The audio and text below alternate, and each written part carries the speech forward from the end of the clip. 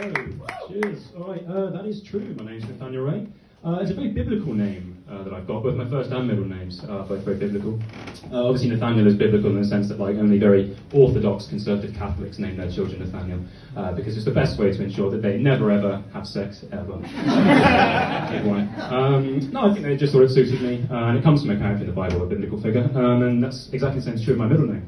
So when you put it all together, my full name is Nathaniel Beelzebub, Apostle of the Netherworld, Ray. I don't think I was wanted, to be honest. I can say, like, by definition, like, inherently, I can't have been wanted. I must have been a mistake, because I'm a twin, but I was born second. So I've got an identical twin brother. He came out first. It was very much like, aha, yes, here's the thing we conceived. We were planning that. Here it is. That's what we wanted. Good stuff. And then I popped up as a little bonus freebie that nobody originally wanted. I'm very much the human equivalent of one of those massive Sports Direct mugs. Anyway, there's a bit about my birth for you. My birthday, if you're wondering, is the 8th of September. Okay, fair enough. He likes that date.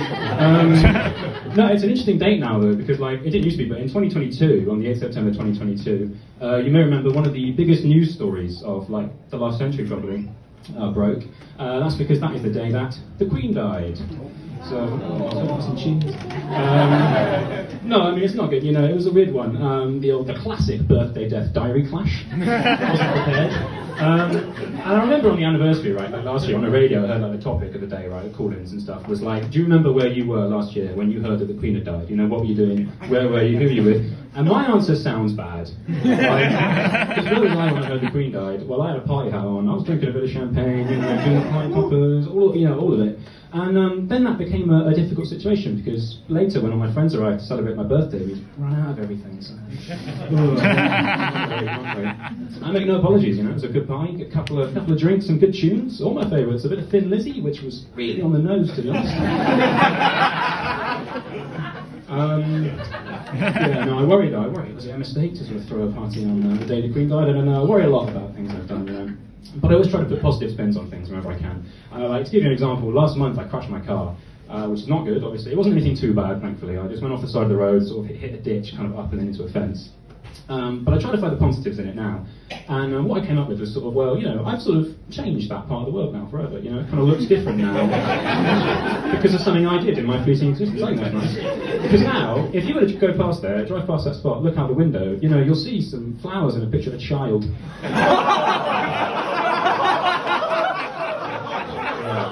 That's good. My bad.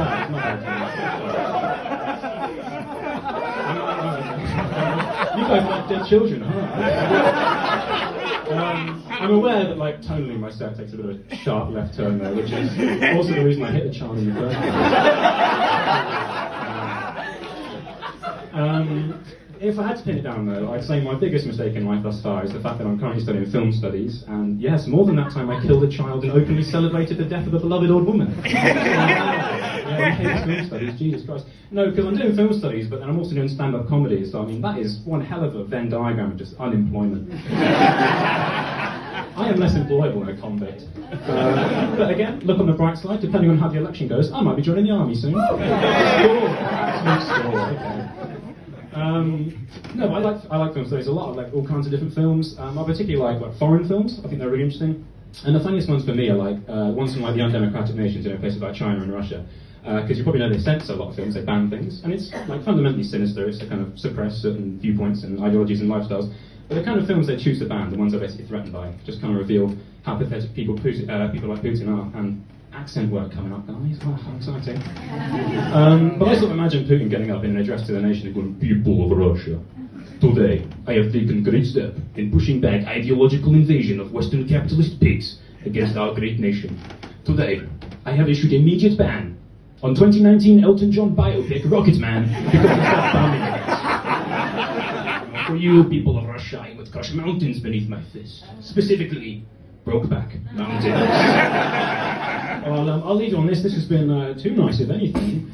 Just a little funny story, but I mentioned obviously I like all kinds of films, and Christmas films are definitely no exception. Do you guys like Home Alone? You seen Home Alone? Yeah, this is just a bit of fun, really. But so you know all the kind of crazy, wacky stuff that happens to the kid in that film? Almost exactly the same thing actually happened to my sister, because she also grew up to become addicted to crack. Quite unfortunate. Yeah, and then she got burgled by Joe Pesci. That was a rough week. Alright, that is my time. My name's Nathaniel. Cheers.